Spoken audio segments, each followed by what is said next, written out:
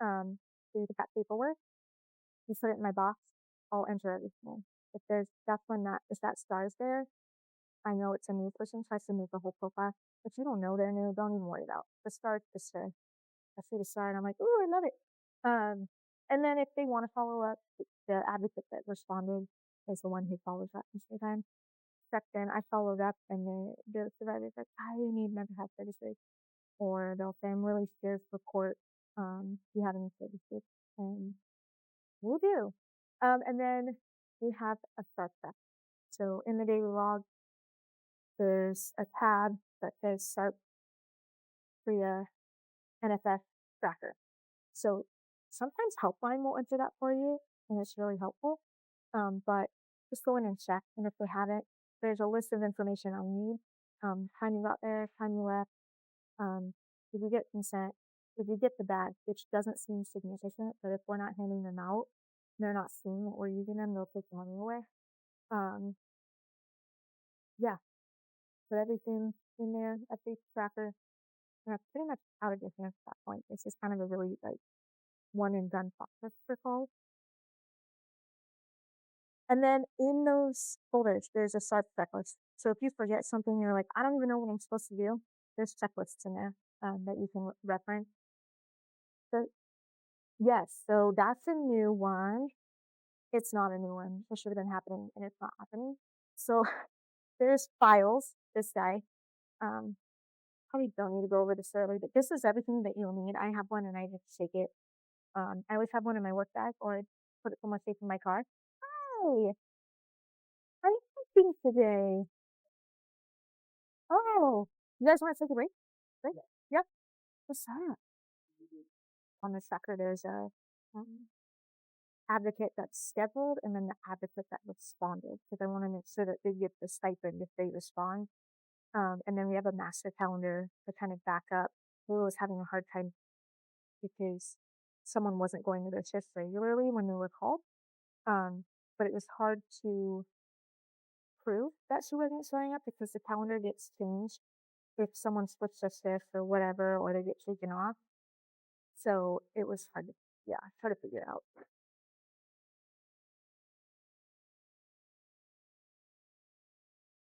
Yep. Yep. Oh, you don't even have to be like, you just cruise along and I'm like, yeah, yeah. And there's no like hot handoff. Like I'm on call for 24 hours at 9 a.m. I'm done. I'm eating close. The other person should know that, okay, that's my shift. And you don't have to be, it just rolls. Yeah. Yeah. Yeah. And it's usually it's like they're like, how did this thing show up? And it's figure out, we just ask and try to figure it out. Um, I know there's been times where people forget they're on call. And if it's during the day they'll call and they're like, oh my gosh, I'm so sorry. If it's during the night, they don't pick up because they forgot they were on call, and it gets really hairy. But I honestly, if it's an honest mistake or you're growing up or you just forgot, it's not, as long as it's not a pattern, you know. Yeah, yeah, yeah. So you can call helpline because there's advocates that are backup that are willing to go. And if they cannot, then the on duty manager will go. I could go, or they would go. Yeah. Yeah. Yep. Which is a sweet deal.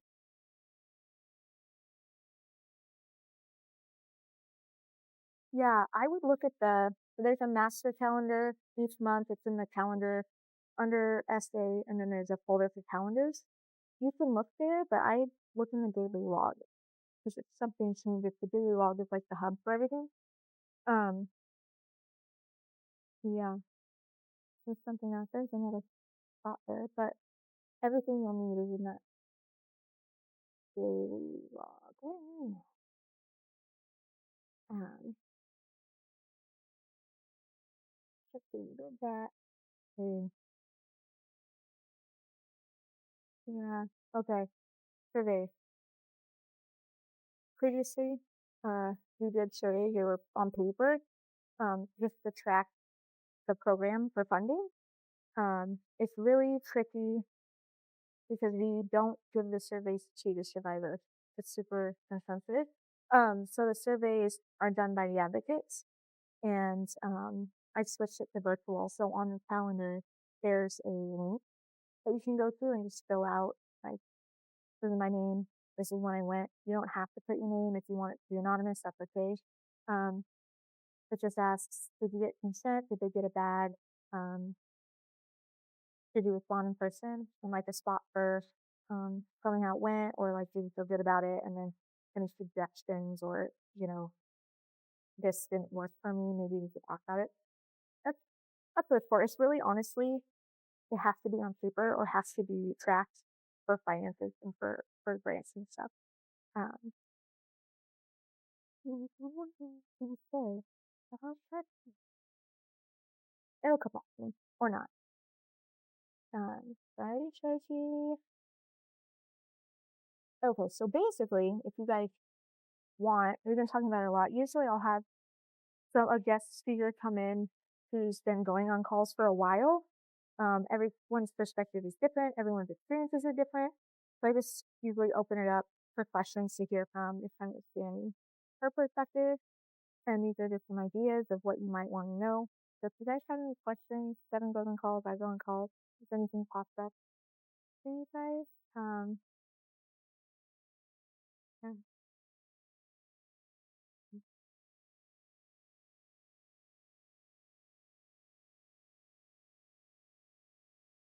Okay.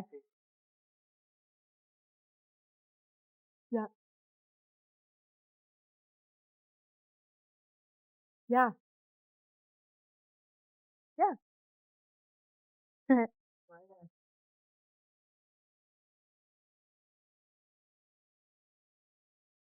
Yeah. Right. Yeah.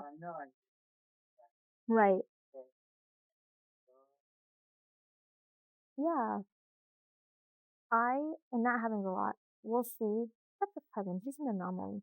Most, um, yeah, and most male, um, advocates or male identifying advocates, they get told no a lot. It's just, yes, common.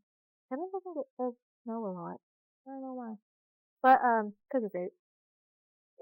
Yeah, usually I'll step outside, or I'll ask them, "Oh, I understand that's totally okay. Do you want me to call helpline and we can get a female advocate?" Potentially, that kind of it.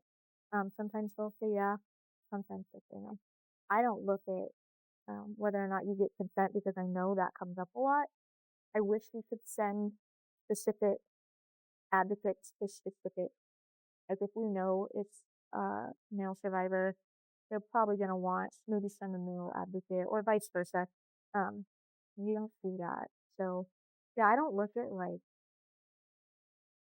how much consent you get, how many times you get it, unless it's kind of very obvious that you never get consent, and then we'll address it like, how are you, like, how do you explain our services? How do you walk in? Because sometimes it's just they don't have the skills and we're gonna revisit it, but we're probably gonna get no more often than we're gonna get yes.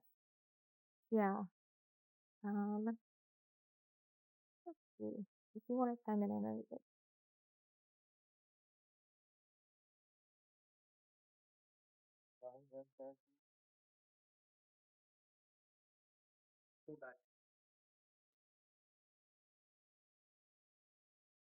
Yeah.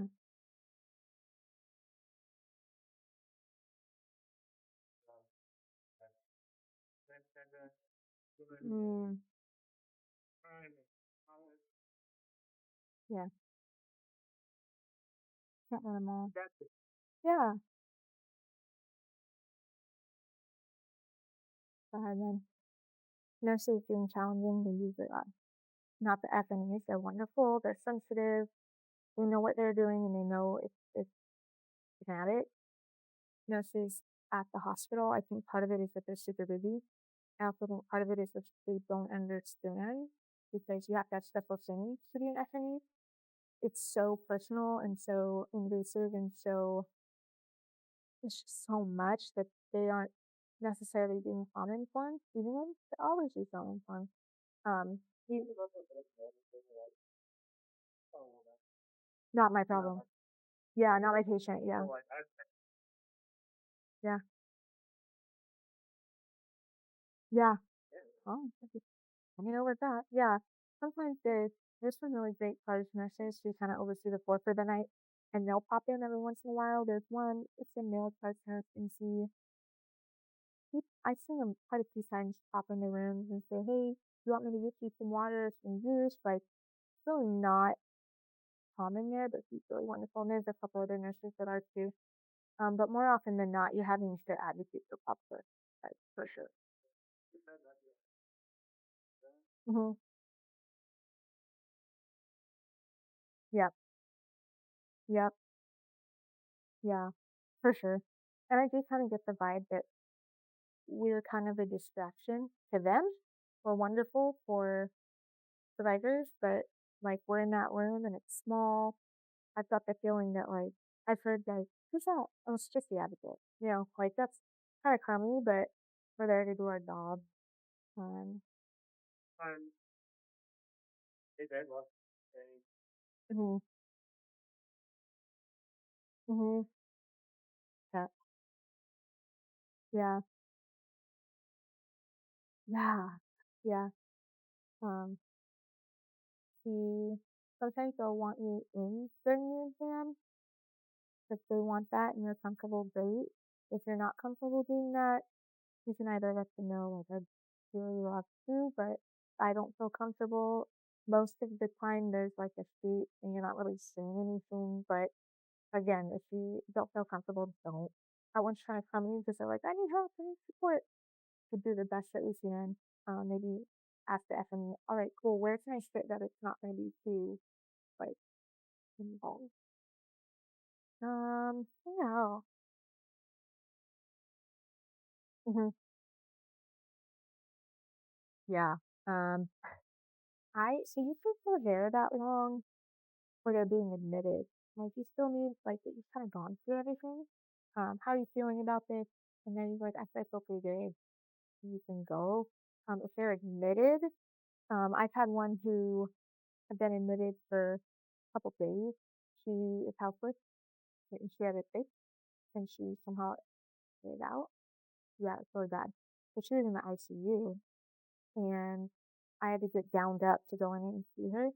'Cause she was already sick. So we went to the ICU for that. But then one of the days she'd been there, she disclosed that abuse had happened. So they called us. So I went in to speak with her, and she just wasn't. She was lovely. She's actually really funny and really sweet. But I could tell that she was on food meds, and I just couldn't. Like, I didn't feel comfortable about getting consent. FNE came and I told her, like, if you feel comfortable with getting consent, maybe give it a shot and I'll try again too. But she um, had too many drugs in her system to be able to get that consent. And she was going to be there for days after that. So I just went back the next day when she was awake. Then I realized that she was most likely a vulnerable adult. She she just needed a lot of help. She was very paranoid. I don't think she understood a lot. She thought that she's in a hospital. She thought that the nurses stole her DNA and made clones of her to offer children to CPS, and that they were giving her children to the state first.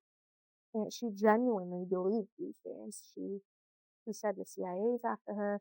She, she's she's a vulnerable adult, and so I help her as best I can, but it gets a little tricky there. She's come in here. I thought the first two after I saw her, she came in and I happened to be in the lobby and I said hi. She's like, "Oh hi, I need some help with da da da and whatever." She was delusional, so she needed help with something that didn't exist really. And I said, "Oh, okay." I said, "Do you remember me? I saw you like just about 2 weeks ago." She's like, "Huh?" Like, "Oh, you're in the hospital." She didn't recognize me. And the challenging part with that, Kayla helped on that because it was a lot when someone's like paranoid and doesn't quite trust people. We're kind of tag teaming and helping her. And she was like, "Well, do you have a cell phone?" And we do. We have cell phones. I said, "Do you have a card of your own?" "I don't have a card, but I can do it with your phone." She's like, "Yeah, of course." So she went in and we helped her call DSHS and all the places she needed. And then I went and grabbed her a gift card. She didn't know she was helpless. Gave it to her. You're so nice. Thank you so much. She's like, I'm gonna go take this. I'm gonna get some food. Well, I'm gonna be honest. First, I'm gonna get alcohol. And then I'm gonna get some food. And I was like, oh, you do whatever you want to do. Yeah. So that's challenging. Sometimes I feel like you're helping someone and you can only do so much, or you're trying to help someone and they just aren't in a place to understand, and then it's hard to tell people no. They, they just don't have a challenge that you might face if I didn't face explicitly. I did have a survivor who's been stalked and we weren't sure if he was there.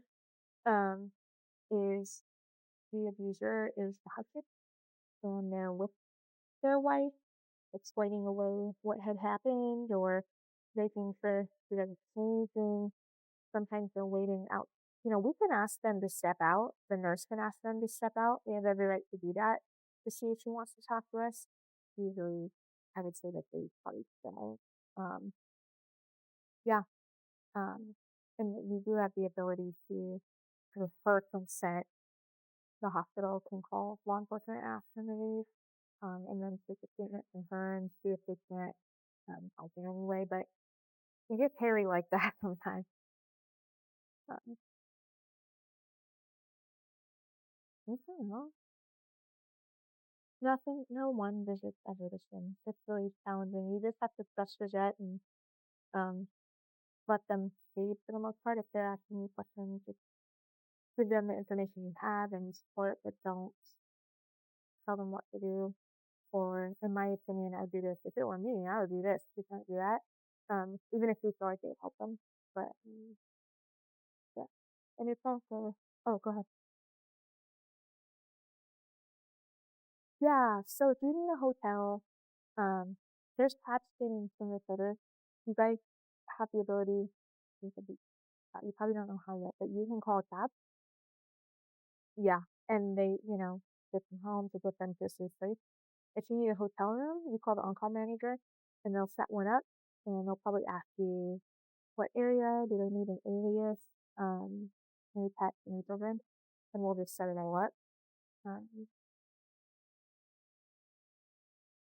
mm, I would feel comfortable. I'd appreciate it should be. If I got a, if I, if it was a really serious case, especially non-fatal strangulation, and you're not quite sure, or it's just really like too much, call the on-call manager. Yeah, um, yeah. I think one of the most challenging issues, I was a backup manager. It was one of our advocates who worked at shelter. He is wonderful. He's a great advocate. He's very kind. He always gets consent. Like people just, he's just really kind. Um, there was a person who was exited from shelter for some reason, maybe about 1 to 2 weeks prior to this call. Um, Danny went on the call, and when she got in there, she just had the room and the hospital. We realized that it was the person that was exited from shelter, and they were not conscious, and they were assaulted and beaten pretty heavily. So she couldn't get consent because she wasn't conscious, but she called me to see us how to repeat. And rightfully so, we got super emotional and took a lot of that on because she said if we wouldn't have exited her, she wouldn't be in this situation right now.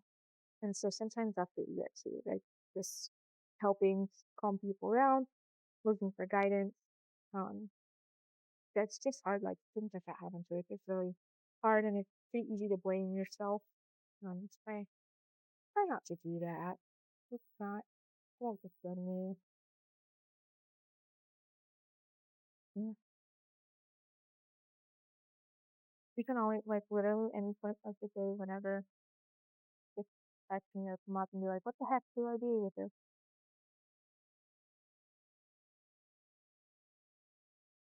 Why does this thing hate me so much? I think he gave me a difficult computer on. That's so weird. Okay. Yeah. I need it like this. So I'm gonna jump into set calls. These are children. Um, Other trigger warning. She's just sticky. Um, so it's interchangeably referred to as sexual assault of a child or sexual assault clinic. Um, we don't handle cases directly with children, so at 13 or under, that's the age where they can make their own consent on their own. Um, it's under 13. 13, yep.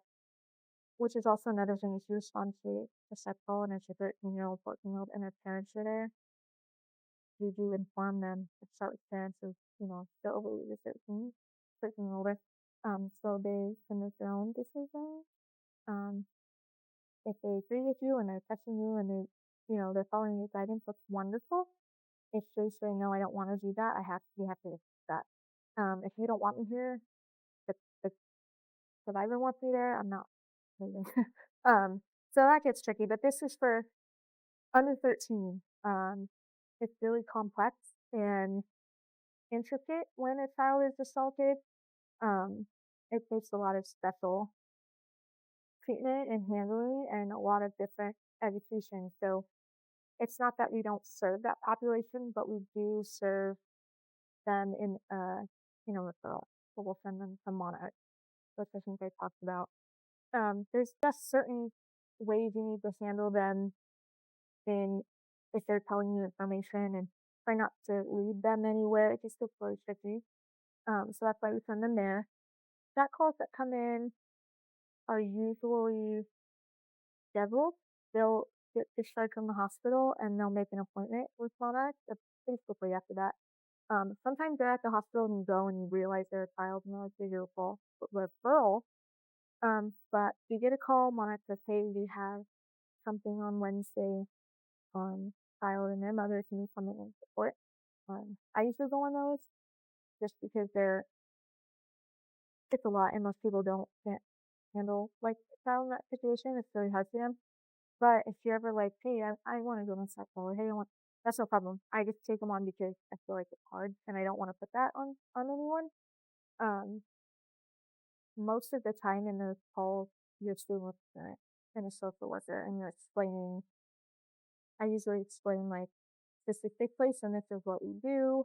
I do a lot of comforting because there's so much guilt most of the time. And you may sit on the floor and play with the kiddo while their parent is in the you, but you're not present for any of the exams. You're not present unless the parent wants you to be with the police because there's always an officer there to kind of, it's holistic. So we'll meet in a room afterwards sometime and just like debrief. Um, yeah, it just has to be handled really carefully, but you're never gonna see any of the exams or anything like that. Um, if the child is like, I want her in the E, this can't consent.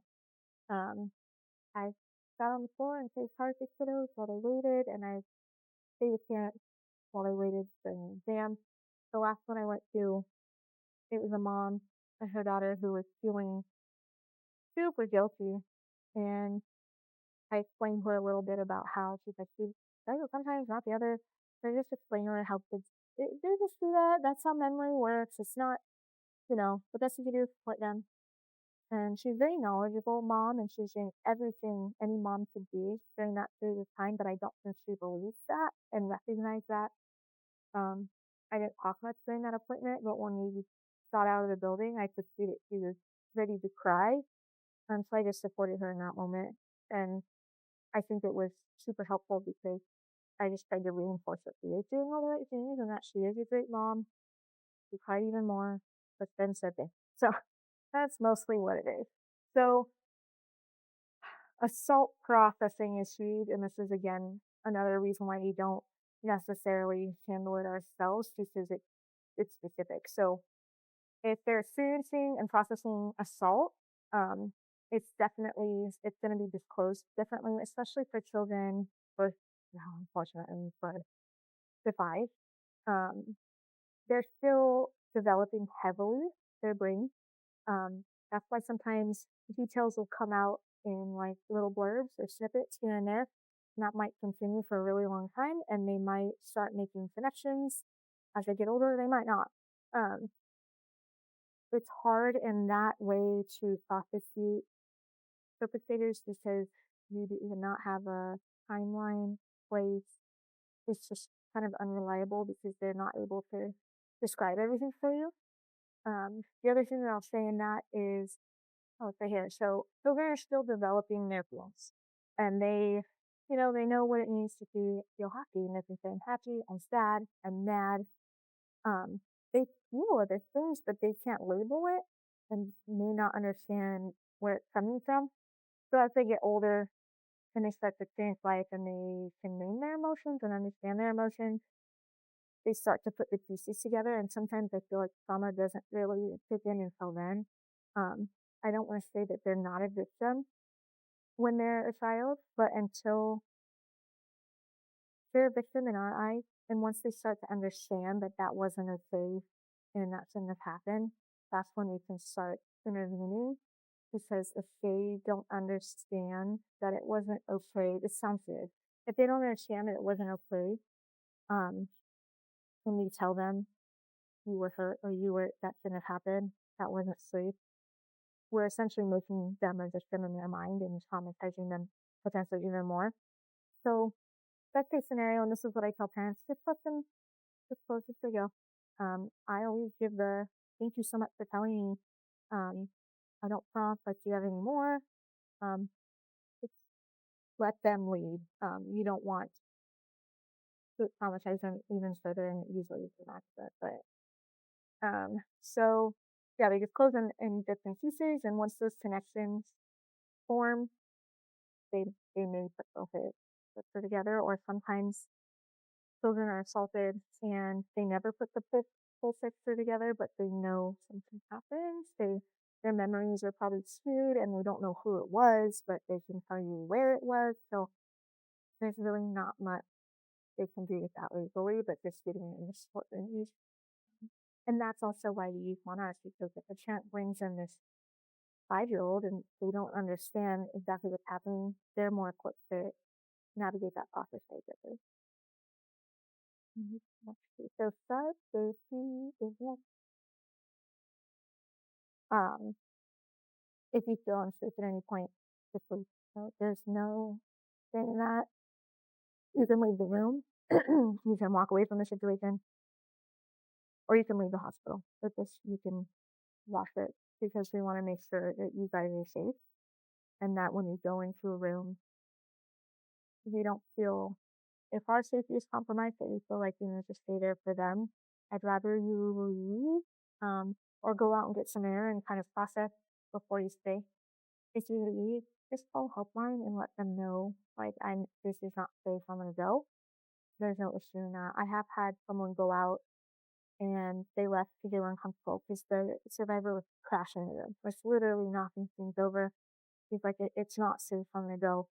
And then about 20 to 30 minutes later, somehow a nurse at the hospital got the phone number. I wonder if they took a card or something. They called her and said, "Hey, she's calmed down now and she seems to want some support." Um, if you get something like that, usually for its helpline, you don't have to go back. There's no expectation. But if you feel like you can go back and it could be successful, go for it. Um, there's, there's no right or wrong in SARP. It's all different and gray, and it's just tricky. Just follow your gut for sure. So potential for unsafe situations, um, there's probably way more than this, but these are the ones most common that have come up. Um, if the survivor is acting unsafe, and it's compromised, you don't feel safe to physically throwing things, if they're making threats, if they're trying to cause physical harm to you or property, especially if that can get really sticky really fast, especially if they're in crisis and you are unable to de-escalate them. Active safety concern inside or near the hospital, and you can't go in. Don't go in. Like, if there's a bear on the loose, don't go in. If there's like a lockdown, don't go in. Police activity in the parking lot, don't, like, just use your best judgment. Um, Suspect or perpetrator is following you and threatening you or the survivor. That actually happens a lot more than I realized until I spoke with Philippi and how she husband followed home and threatened because she's working with the survivor and not the threat to the perpetrator. Um, like I said, there has been times too where the perpetrator um, do your best to just do what you can do and do what you need to do. And if you start feeling unsafe or just go ahead, nobody's going to blame you. um, if you can't leave your car, if there's someone in the parking lot that looks unsafe, just stay there until it's either safe or you just leave. Um, Survivor under the influence of drugs or alcohol. Again, that goes back to like sometimes it's trashing rooms. It's more than just can't get consent. They might physically try to harm you, or they're in an altered state. So whether they know why you're there or not, it it's just probably been too much for them to handle. And that's a really broad statement. Not all people that are under the influence of thing, and not all people who do have addiction problems are unsafe. Not a fair statement, but most of the time when we have we just can't get consent, so we leave anyways.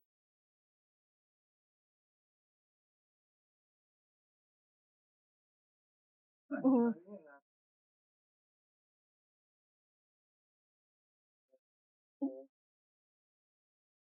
Yeah, yeah, right. I think do it. Yeah, because I think I can't remember who I was talking to, a stalker or a predator or whatever you want to call it. Once they get to the point of stalking someone, they're likely not going to stop. Especially the survivor. If they're following you and they will turn off I see that as intimidation. So yeah, yep, it's bold, and it's happened. He was talking about a survivor whose husband. He was in court. They were going through court, and he identified that she was there to support her, and she would have to get walked from the courtroom to the car. She noticed he was kind of following her, so if you don't go home, you go to the police station.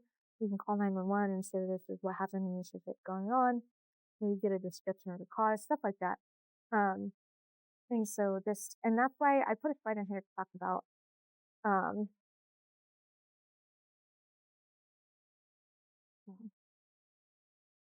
precautions. So yeah, because you never know. Like you never know what's going to happen or um, what will come after walking in the car. I feel like sometimes people would even there's people that can identify our program because we always have the bag and folder. Um, and if it's happened multiple times and the husband's there every time and you recognize it, it's like, ah, they're back. They told me to leave the room. They're trying to get her to talk. It it could happen. And just with yourself. Yeah. So few steps if you do feel threatened or unsafe, some things that you can do. The food. Um, don't don't put yourself in that situation. If you're unsure, you can ask for an escort to your car. Um, if you want to, maybe you're parked off somewhere kind of far and it's really dark over there, and there's a break. Maybe they're getting there again and they don't want you in the room. You can move your car. If there's a spot that's lit and maybe closer, you can call the on-call manager. Just be hyper aware and vigilant too. After you leave, just if you get the feeling someone's, um, just maybe keep your eyes out a little bit more. It's easy to kind of get in your car as you're processing everything. Wow, that was really challenging, or wow, they were really brave, and not notice. When you're walking to the car too, this is just a thing. It could most likely not even be related to the case. It's just been a narrative has some motives that aren't so great. Call 911, drive to the police station, and then um, that's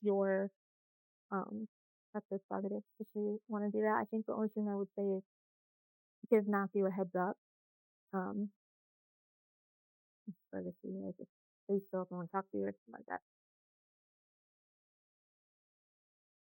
Yeah, yeah, they're always yeah. No, walking out like me getting in my car. Um, yeah, just so very hectic. So before I respond, so these are just some things that you have to make sure, like, okay, I can respond and show up as my best. There's probably other things that you might need personally. If you're like, let's say one of the big things I talk about is it on here? Oh, in my state to respond. If you're sick, but it's manageable, but you've taken like NyQuil or something, don't drive. Like that's all right. Um, any sort of like state aid that help you state that maybe it's not safe to drive or not safe to respond. If you're really sick, uh, do not just they call you say, oh man, like I'm so sorry, I took cold medicine. I don't feel safe driving. That's not a big deal. So starting, can I respond in person? There was a really big issue that I was unaware of until lately. It started in COVID and then it just kept going where people were doing phone apps, which I think was the most ridiculous thing in the world. How are you supposed to support someone over the phone? They can't have the phone in their ear the whole time. Um, I the only so in our MOU with the FNE nurses, we can do phone advocacy if it's unsafe to drive, like snowing and icy. Um, there was another person that entered the hospital who was at shelter, and they were very angry because they were exited from shelter. So the first thing I told the advocate to do was call them phone advocate and say, "Hey, I am from SafePlace. I'm here to support you in this. Would you like me to come?" I feel like if they would have just shown up, it wouldn't have been good. Things like that are fine. Do I have everything? Um, and then, am I regulated and ready to provide the best support? Sometimes you might know right off the bat, like this is how I get juice for me. Sometimes you might get there and you could be activated and like this is not gonna work for me. None of these, again, none of these are usable. Like it's not that big of a deal. We just want to make sure you guys are ready to go. This one. So if you guys both have a phone. Okay. So scam the Silly Bob. It worked for me earlier, but me as a person, things will look like they work and then they don't. So this is a word cloud. Yay. Oh yeah, open your camera. No, you got it? Yeah. It's super cool. I know when it first started, I was like, I can't, how do I find the site? My sister's like, scan the QR code. I'm like, what language are you speaking to me? What does that mean? Yeah. So we've outlined kind of the physical things that you need to bring, like the bag and all those good things, but I want to touch on the regulatory and emotional side of this. So this is a word cloud, and it's what kind of safety we bring outside of our physical tools. So a lot of people will say a sense of safety, compassion, things like that. You're gonna type in a word and it'll pop up on your phone. Actually, let me put it on on the big screen too, so that you can all see it.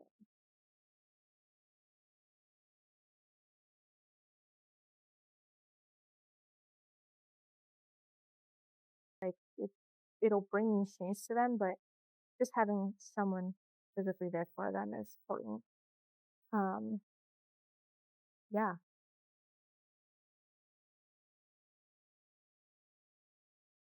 Hmm. Hmm. Interesting. Yeah. I don't know that meaning of it. I learned of it as not like to bring um is the ability to, with again another social um, concept, that you can literally connect to someone through the you guys' thoughts and feelings, like when a room is palpable, like I can feel the stress in here. Yeah,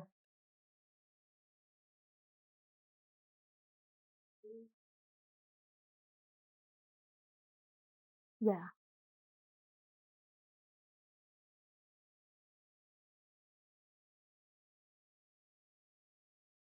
yeah,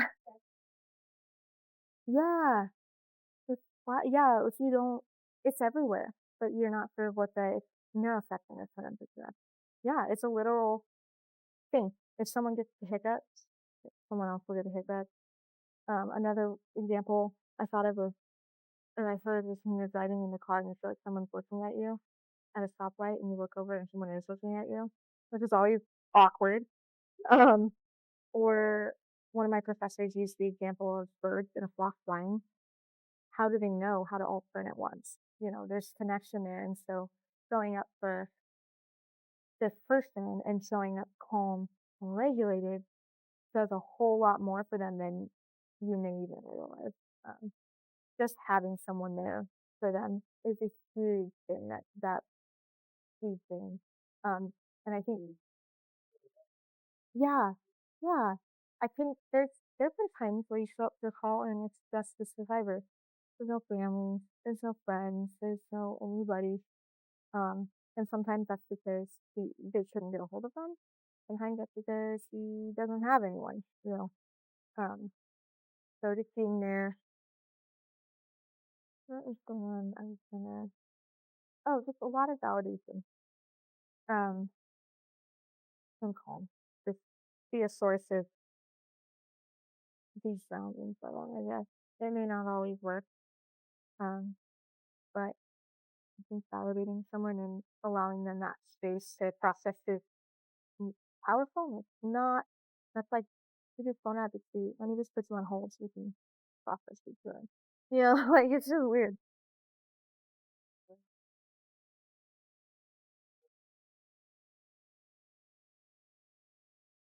Yeah,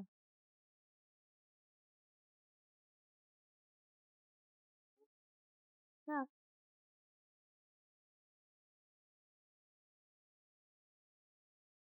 yeah. It's huge.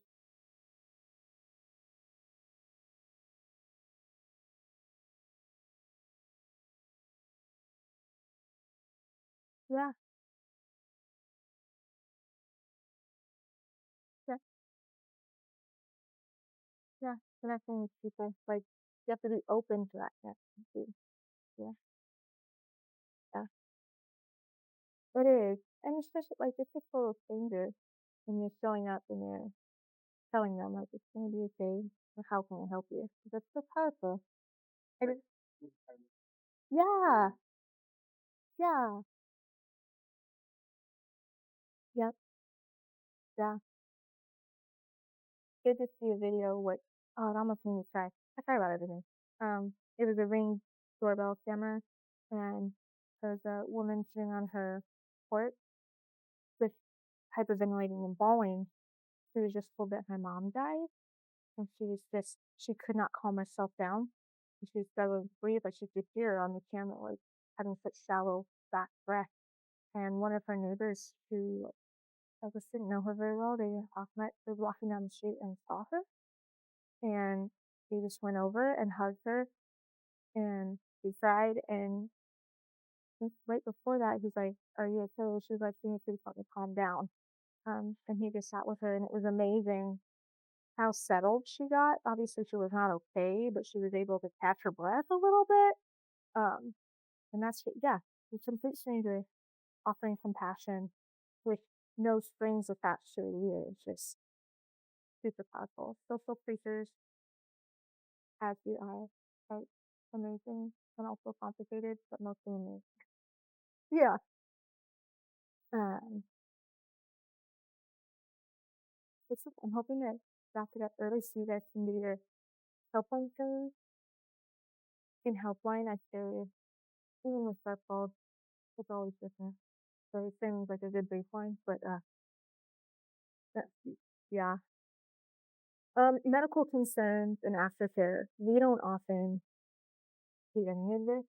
There are times that the survivor is gonna get medication in the hospital for prevention if they choose to. So we see that side of it. Um, but just being aware of what could happen, maybe they're gonna ask you like, what do I need to do to, you know, help with this or what could happen? So survivors have 120 hours to collect evidence through an FNE. After 120 hours, and here's like a high number, evidence starts to degrade, so it's going to be less difficult to get what they need. Um, they can request pain management medications. Um, CTTMs are going to happen for non-fatal strangulation. There's no doubt about it. That's the only time that I will and ever say you need to do it. we're not supposed to guide them and tell them, but I'm not gonna. That's a huge deal. And besides that, the hospital can make them anyways. So the team that thing, this is important.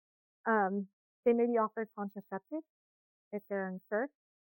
Um, they have options for treating STDs or taking prevention for STDs in the hospital. They may be asked to give blood for testing as well. If someone feels like they were bugged, that's a big time when they're going to do that.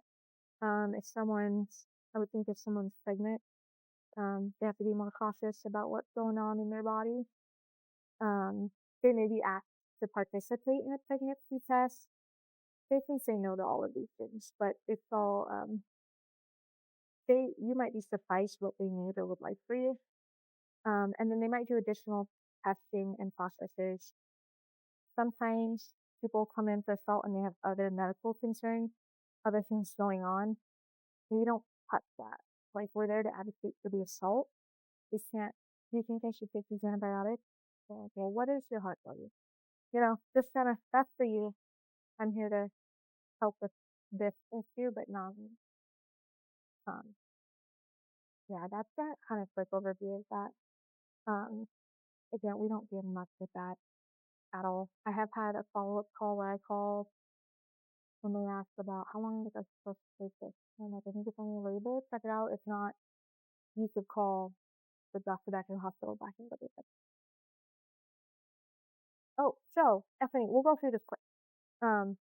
FNE nurses come in and they have this big cart. They push it around and it's for evidence collection. So because they're dispatched, they don't work out of one single hospital. They have everything like on the go. And so they come in. We're usually there before them just to make sure the client knows that they don't have to do these things.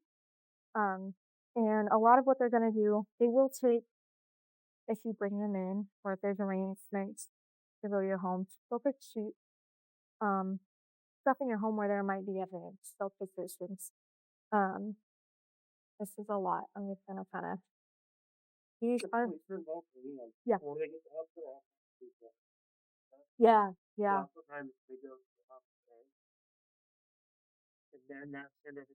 Yep. Yep. And it's obviously they have really big bags, comforter, bunch of clothes or whatever it is. They will put those things, especially if like you can say no to a lot of these things, but if this person is being charged by the state, you don't really have an option and some things that's really their fates in your honor. So that's a little different. But these are all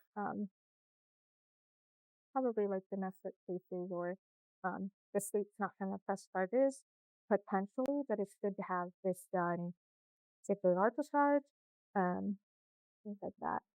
So lots of swabs. I'm gonna be honest. They kind of swab everything. They'll do urine toxicology. All of these are stickers they'll put on the bags and everything that they need. So they'll check urine. This is blood. They'll take outer clothing. They'll take bags. If like you have a bag. So these are stickers because they might be in bigger bags and things like that. This one, half a band-aid. No, it's not. This one is foaming. So they will go through. This one's the tedious there. So they may ask you if they can do that and store it. Um, we've got distilled water control swab. So they're going to swab and get some like distilled water, see what's yours versus what someone else's. Anal swab, vaginal swabs, everything is scary and basic.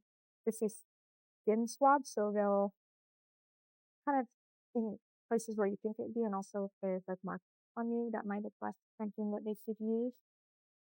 Lots of pictures are taken if they need to be, and they use this to kind of judge the scale or the bruises and the marks or whatever it is. More swabs, all the swabs, same thing. They want to be able to have evidence if they need it of what was on their body. A lot of things too, if they come into the hospital and it just happens, they want you to keep an eye if any other marks pop up, because they may not come up right away. And if they do, they ask that you go in or call someone so they can take more. They feel everything. If this feels broken, then they can't trust what they're testing. It's just kind of it's like tainted evidence. Um, I'm sorry, this is just all swatted like what? Um, right. Hmm. Yep. And what you want to do, like, I'm okay if you take pictures, but I don't want the rest. Fully with this. And that's in advocating. If there's pushback against that, that's where you come in and so now ask for your rights, say that like I said, that's your decision. It's not up to anybody else. They will push reference blood. This is your blood.